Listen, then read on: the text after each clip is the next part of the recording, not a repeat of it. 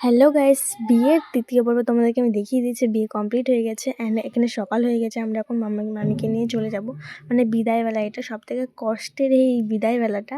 এখানে আশীর্বাদ করা হলে মামিকে, এবং মামিটা ভীষণ কান্না করছিল, কারণ কান্না করারই কথা।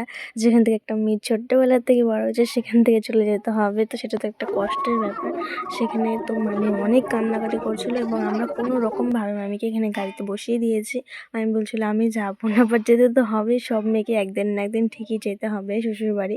তো যাই হোক গাইজ, এখানে মামা পরে দেখো এখানে মামিকে জড়িয়ে নিয়ে বসে এসেছে এবং বাইরেটা তোমাদেরকে দেখাচ্ছি গাইজ। এতটা কুয়াশা পড়েছিল, একদম ভীষণই ঠান্ডা পড়ছিল এবং যেতে যেতে অনেক ভালো লাগছিল এই দৃশ্যটা দেখতে সকালে।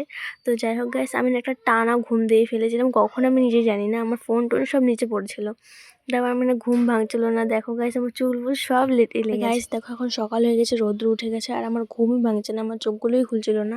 যাই হোক গাইস, আমার বাড়ি থেকে আর কোনো ভিডিও নেওয়া হয়নি। তো গাইস, আমি এখন স্নান টান করে একবারে তোমাদের সাথে ভিডিও শেয়ার করতে চলে এসেছি। গাইস, তোমাদেরকে আমি নেক্সট পার্টে দেখাবো মামিকে একটা অন্য বাড়িতে রেখে এসেছে, সেখান থেকে আমরা বউ আনতে যাবো এবং অনেক মজা করবো, বোম ফাটাবো। তো গাইস, সেটা তোমাদের সাথে শেয়ার করবো আমি। তোমার চ্যানেলটাকে সাবস্ক্রাইব করে রেখো গাইস, আমি তোমাদেরকে শেয়ার করবো সেই ভিডিওটা। তো যাই হোক গাইস, আজকের মতন টাটা। তোমার চ্যানেলটাকে সাবস্ক্রাইব করো।